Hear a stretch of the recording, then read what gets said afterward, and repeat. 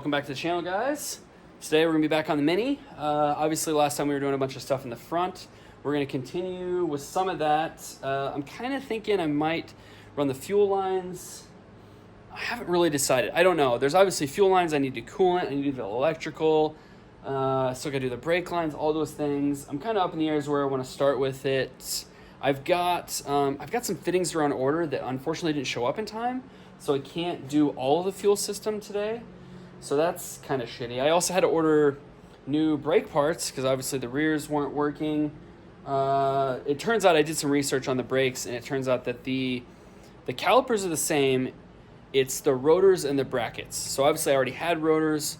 I couldn't find just the brackets. It just seems like everybody just swaps to this bigger style because obviously why wouldn't you if you could?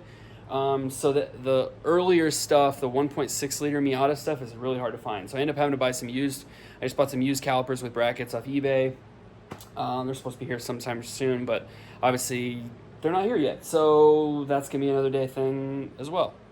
So I'm not entirely sure where we're gonna go, but we're gonna get something accomplished because I do have, some parts. I got a ton of parts. There's a ton of stuff that can be done. It's just some of the things that I was already working on we can't do. And while we're talking about this, you may see there's another car in the background, and we will talk about that in a future episode. I'm going to do an episode on that, but just so you know, there is another project coming. There's a Del Sol back here, and we'll talk about that later. But for the moment, we're doing Mini Cooper things, so let's get to it. All right, I've been busy. Decided to start working the battery cables first because it's just one of many things that's underneath that needs to be done. So I got cable ran to here, got this little junction.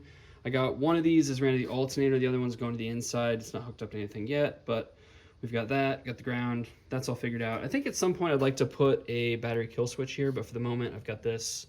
It'll work out. I also did a fuel line. I ran the feed line from here up to the engine.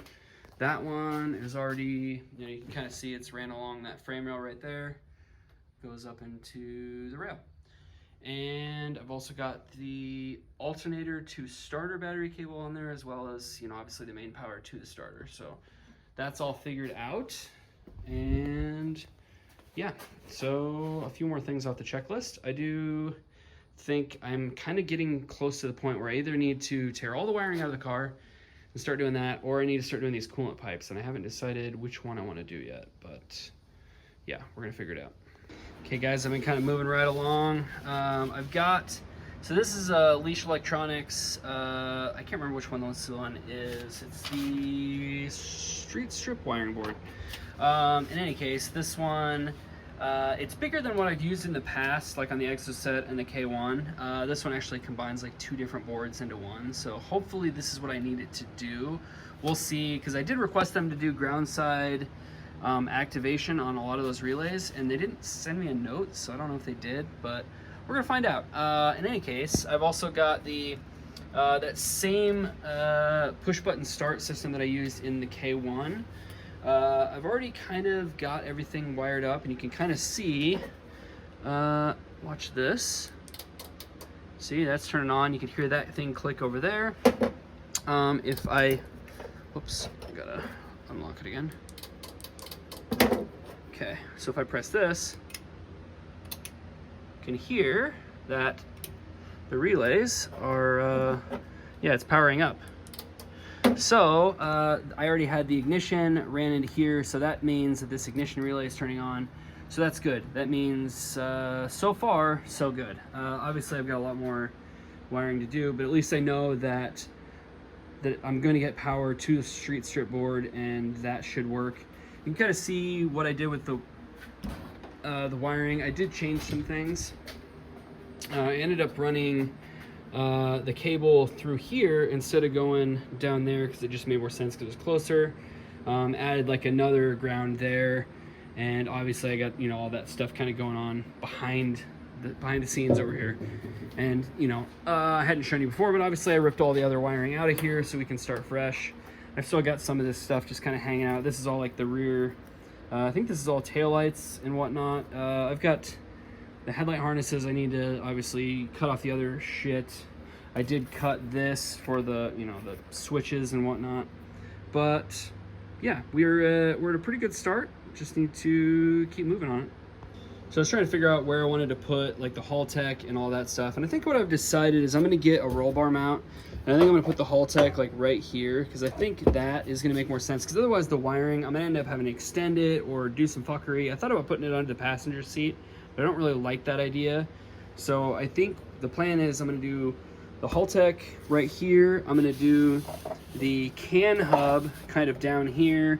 And then that wideband controller is probably going to be somewhere over there. I haven't 100% decided. I did kind of figure out where I'm going to put the screen. I haven't figured out how I'm going to mount it yet, but basically I'm going to have the screen right here. I just got to figure out some sort of bracket situation that's going to go on in there. I've got the mount right there. I kind of test fit it earlier and it does fit in there. I just need to figure out how I'm going to securely mount it. Which, yeah, we'll figure that out later. Okay, moving right along again. Yeah, I got a big fucking mess going on here, but we're making progress. Starting to get everything wired in. I got the brake switches wired in. I started wiring in. I went through the harness, like the adapter harness I got. It was just like a universal situation for like a EK or something, K-swap deal. Went through and I labeled every single wire so I knew what went to what. And I'm just kind of going through one by one, getting everything connected. So far I've got like the starter hooked up, the ignition powers, all those things are hooked up. Getting close to where I could actually do something with it. I really just need to hook up like the fuel pump and a couple other wires I think, and then we'll get to the point where we can try and key cycle it and see if it'll crank.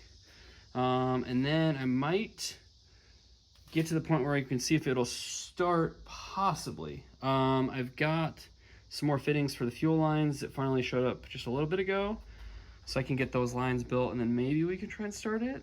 I don't know, we'll see. I'm just gonna keep working on the wiring and see how far I get. Okay, I know it looks like even more of a disaster, but we got some more things hooked up. Fuel pump is hooked up. I put some grounds on here, there's one there. We put another one back there. We're getting pretty close. I think everything's just about wired up. I want to put some fuel in it. I did have to redo the fuel lines. You'll see I added a filter right there. I totally forgot about it before, but now it's got a filter there and a filter up here. And then I've got the fuel lines are finished going to the pump and then to the tank, obviously. And then I got the tank bolted down. Lines are all tight. So I think we're about ready to put fuel in it, put oil in it, and then see what happens. All right, so I did put oil in it. I didn't put any fuel in it because I decided I want to try and crank it and see what happens. I'm gonna see it, make sure it cranks, and also get some oil pressure up in there. So hopefully this works.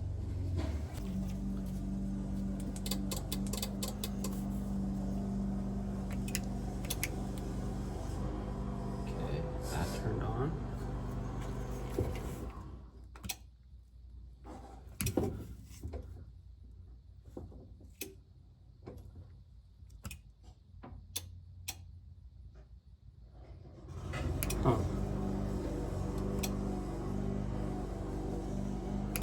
Huh. Well, it's not cranking, and I'm not entirely sure why. I'm gonna have to dig into this and figure out what's going on.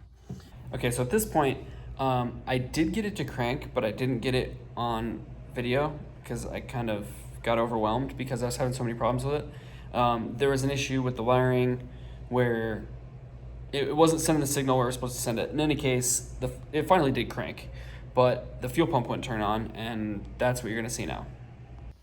All right, guys, I think I figured it out.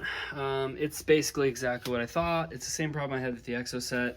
Basically, the situation is that on Haltech, it shows that you can switch this from low to high, and essentially that means that you're gonna have, like on low side, essentially when it turns on, it sends ground. When it's set to high, when it turns on, it sends power. Now, the problem is that it doesn't fucking work. It's the same thing that I had with the Exocet. You'd set it to that, it would never send power out no matter what you did.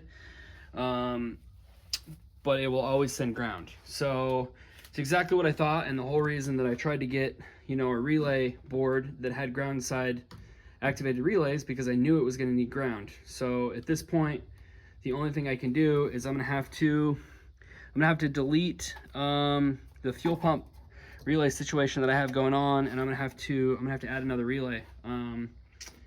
Yeah, it is what it is. And so you can see, basically, this is where the activation for that relay is. If I send power, you can hear the fuel pump turn on. And obviously I have this disconnected from the ECU right now, so I don't send any power where it doesn't need to be. But yeah, fuel pump works. It's just, yeah, because of the relay situation, I'm kind of screwed. Well, guys, unfortunately, we didn't get it started. We did make some progress, though. Obviously, we got it cranking. I know the fuel pump works. After that last video, I was going to do some ghetto shit. I stripped the wires back, and I was just going to run power straight to the fuel pump. And I did that, and it was going to work. I dumped fuel in the fuel tank, and the tank is leaking. So it looks like where I welded that fitting on, there must be like the tiniest pinhole. So I'm going to have to, unfortunately, I'm going to have to take the fuel tank back out. I already drained the fuel back out of it. I'm going to have to take it back out, clean it all out with water, and then I'm going to have to kind of start checking for leaks and figure out exactly where it's leaking, and I'm going to have to weld it again. Aluminum's such a pain in the ass because it's so porous that like it's really easy to do something like that. I mean, it's a very small leak. I don't know what it is, but we'll figure it out. I at least know where I need to go with this. I really wish that Alicia Electronics would have sent me the correct board, because that's really screwing me right now. Like this thing, I wouldn't have fucked with it. Like I would have saved so much time if it would have just worked, because I would have been able to just hook it right up to that board and everything would have worked. I wouldn't have had to add this extra relay and drive around looking for another relay. And at this point now I need to buy another fucking, relay situation, because it's not going to work. It's so dumb. Like I'm barely going to use this board. It's so annoying, guys. Really annoyed with it. But I am feeling good about it, because obviously we made some progress. I got a lot of this shit figured out, and I know where I need to start next time. Obviously next time I'm going to start with that fuel tank and put another relay in there. And obviously at that point, in theory, it should just start up and run. I've already got a tune in there. They should be pretty close. I messed with the injector dead times. I put those in there, but I don't frankly know what these injectors are. I have a suspicion that they're Bosch 550s, but I don't know that for a fact, so I'm kind of guessing. So they could be 750s. I have no idea. I got them from some guy, so we'll find out. Worst case scenario, I've got other injectors I can try. It's not a big deal. It sucks, but it's not a big deal. But, yeah, I think that's going to be it, guys. Like, subscribe, do all the things. Peace out.